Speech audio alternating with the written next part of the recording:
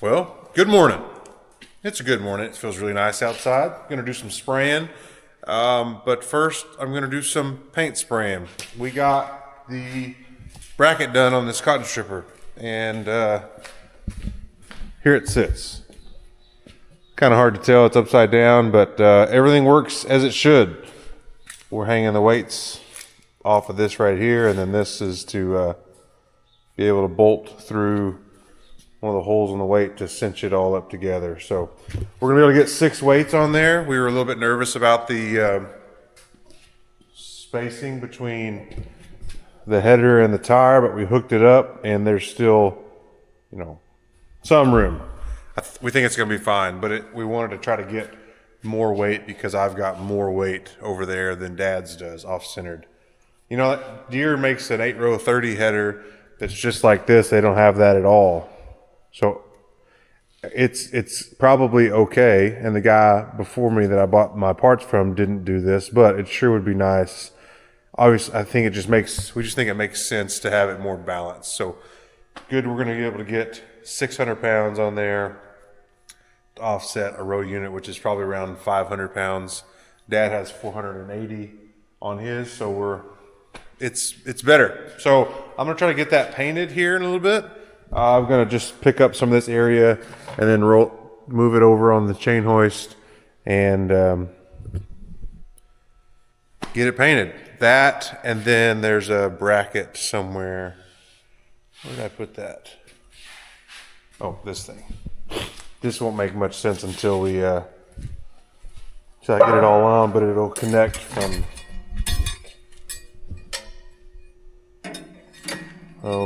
like this on the edge of the bolt, so it'll kind of tie all that together. We had to do some complex bending here, but it turned out pretty good. So thankful for Dad's expertise on all this stuff and the right tools to do it. I'm going to get some stuff cleaned up so I don't get paint spray on these tools and such.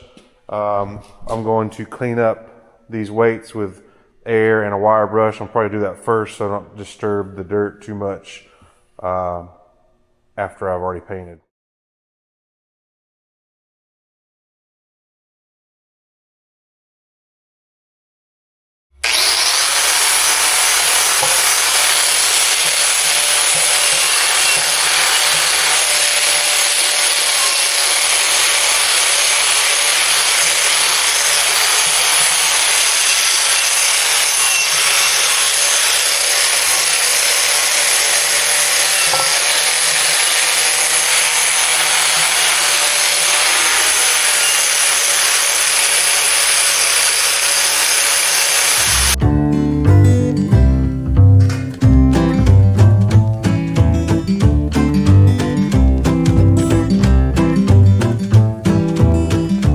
All right, those are all clean. I'm not going to paint the whole weight. What I'm going to do is when I get them on, I'll just paint the edges, like what's visible, because no reason to paint what's going to be hidden in there. So, all right, I'm going to clean this with some probably some brake cleaner, unless I have some mineral spirits here. I don't know if I do anymore, but paint it with or clean it with a cloth rag is the word. It's a rag, cloth rag. Get it cleaned up, and I think Dad may paint it for me so I can go spray. So you may not get to see that, but you'll get to see the end result for sure.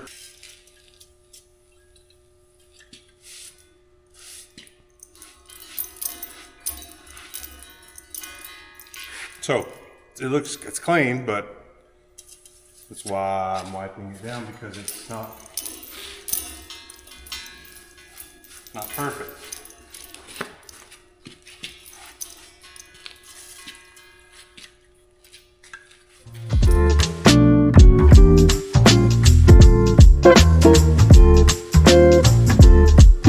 All right, I'm gonna go spray, but first I want to show you that the tools finally showed up to replace that crankshaft seal. So we can work on that at some point. I need to get the spraying done first, so I'm gonna try to get that knocked out before we get to back into that. So remember, this is the tool we had.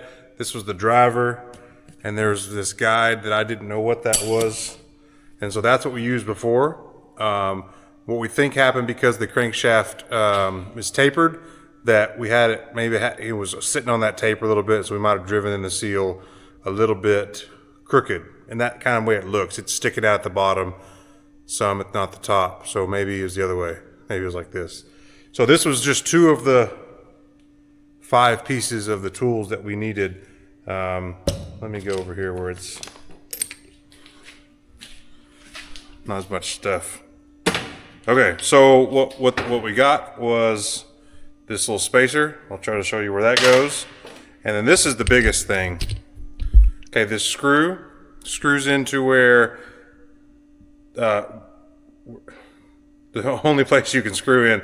And then this piece right here is this adapter. And so it's going to make our tapered crankshaft a straight crankshaft. And so if you can visualize,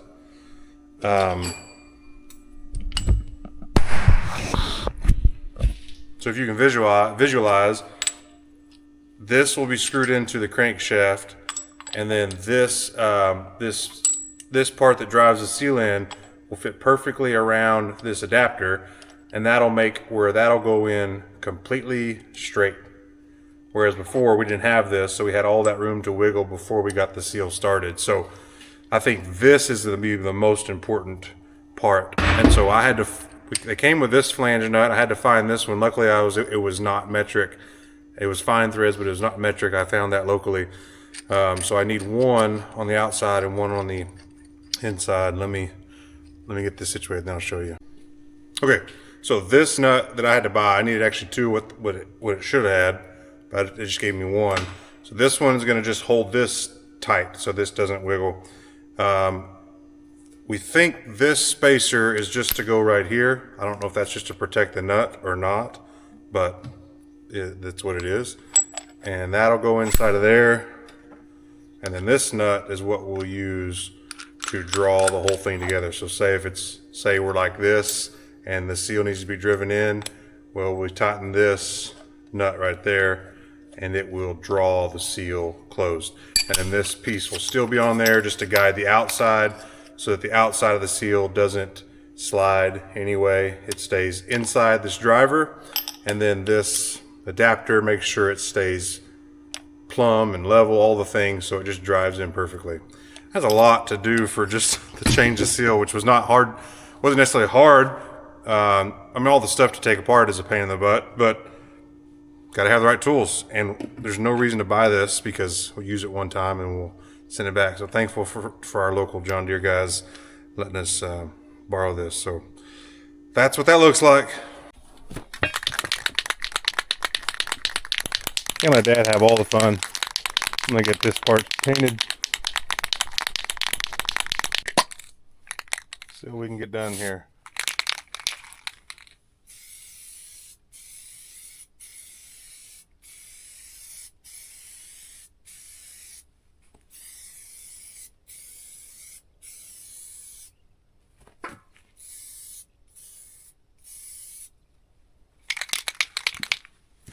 Man, this is a $100 part now.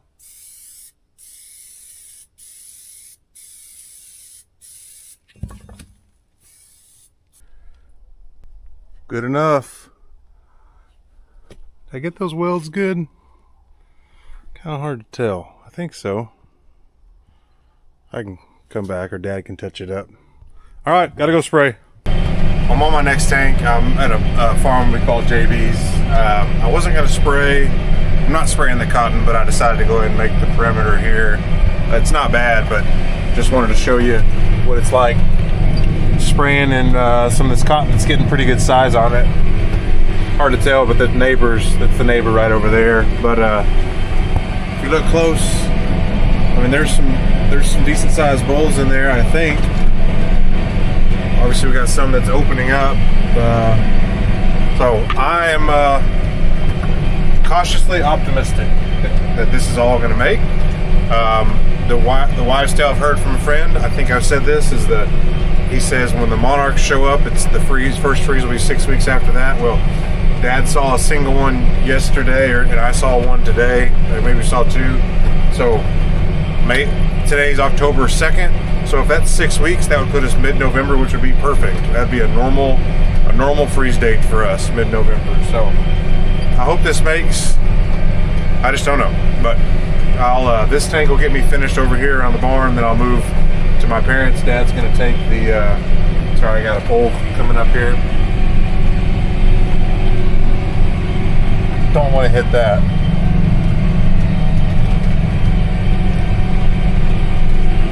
So Dad's gonna take my truck and the nurse tank over to his house, and then we'll just keep on rolling. I just finished this farm, and I saw a careless weed somewhere over here. I'm trying to think. Maybe I drove over it and it's laid down somewhere. Yeah, I know, I ran over some cotton. It's not ideal, but it's really not much to do the ends here. I mean, it is something, but it's part of it. Got to do it. I don't know where it's at. I'll have to find it and I'll show you. But the other thing I saw, I hadn't seen a weed like this in a long time. It seemed like we used to have them quite a bit. See if you can tell me what you call it before I what do you call this weed?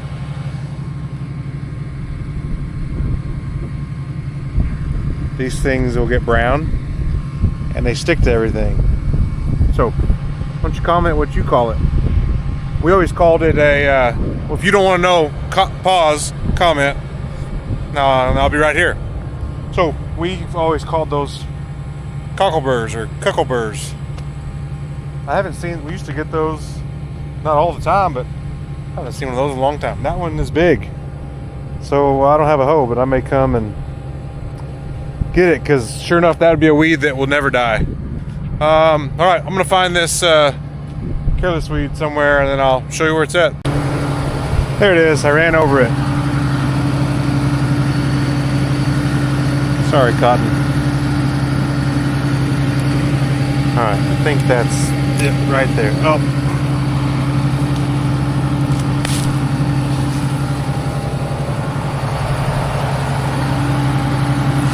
I'll go ahead and take that out to the ditch.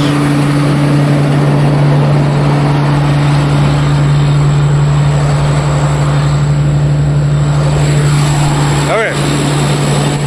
Small victories. All right, let me show you a little bit of the cotton here.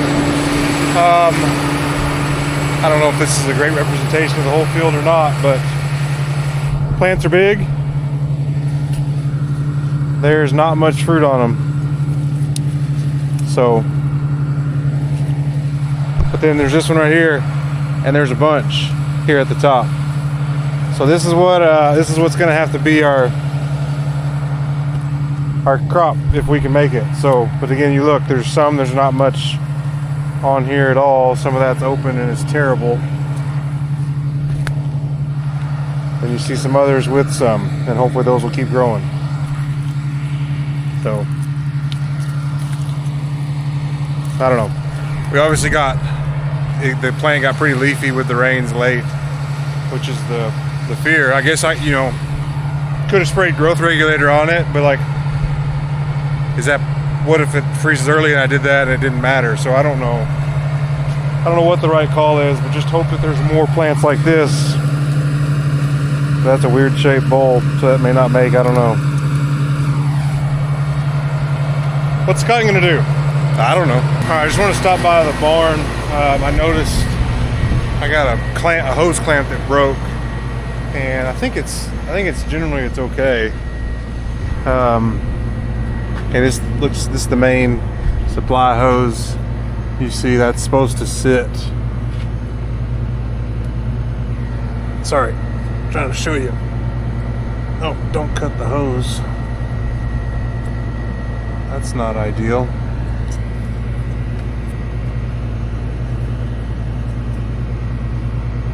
So, dang, stinking clamp keeps trying to gouge my hose.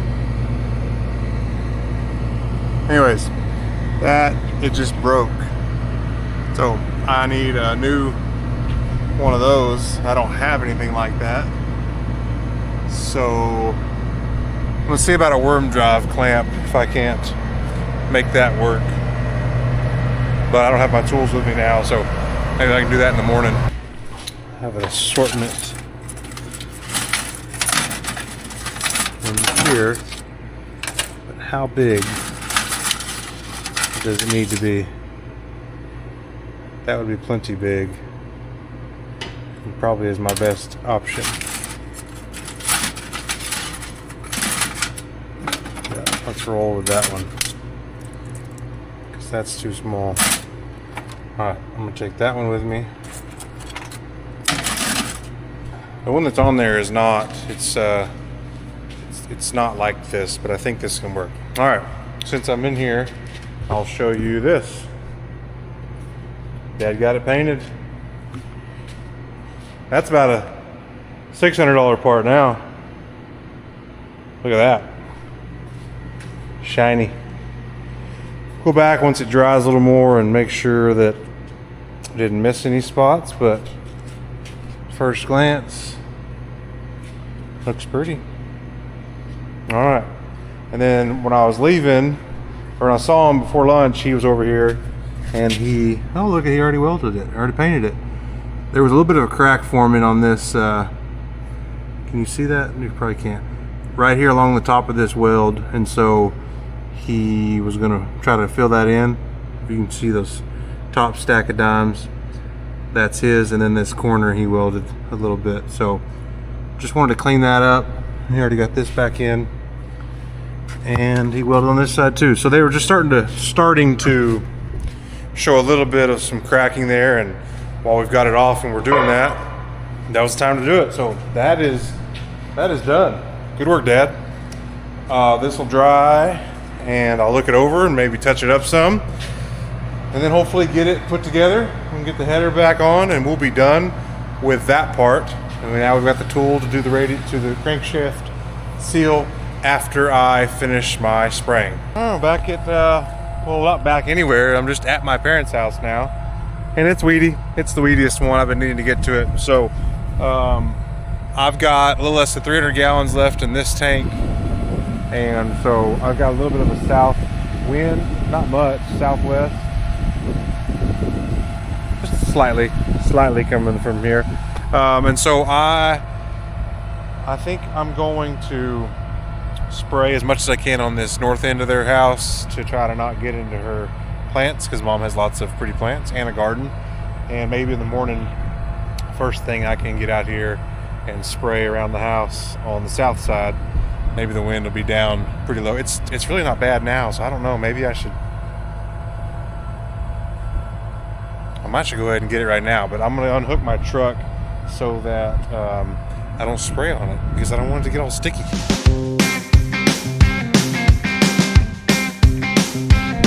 I just walked around to the south side, and it's blowing more. The house was shielding me, so I'll do that in the morning. What I mean by that, spray around the house tomorrow, because I don't want to kill my mama's plants. That's it for today. I'm going home. Gotta get the boys from school. Emily's coming back from her trip. She's in the air right now, so praying for safe travels for her. We'll be glad to have her back. Tomorrow's going to be, I think, mid-90s again. Too hot. So I'll probably spray just until it gets to that point. Spray this tank out, and then I'll fill up again a really full one, and I'll drive over to a place Bob's. I call Bob's. It's 123.4 acres, and I normally spray around 121 acres with a load. So I'll fill that one full so I can get that in one trip, and then I'll be almost done with this here around the house, and I'll just have a couple more places to go. So getting it knocked out slowly, but yeah, next 2 days is gonna be mid-90s.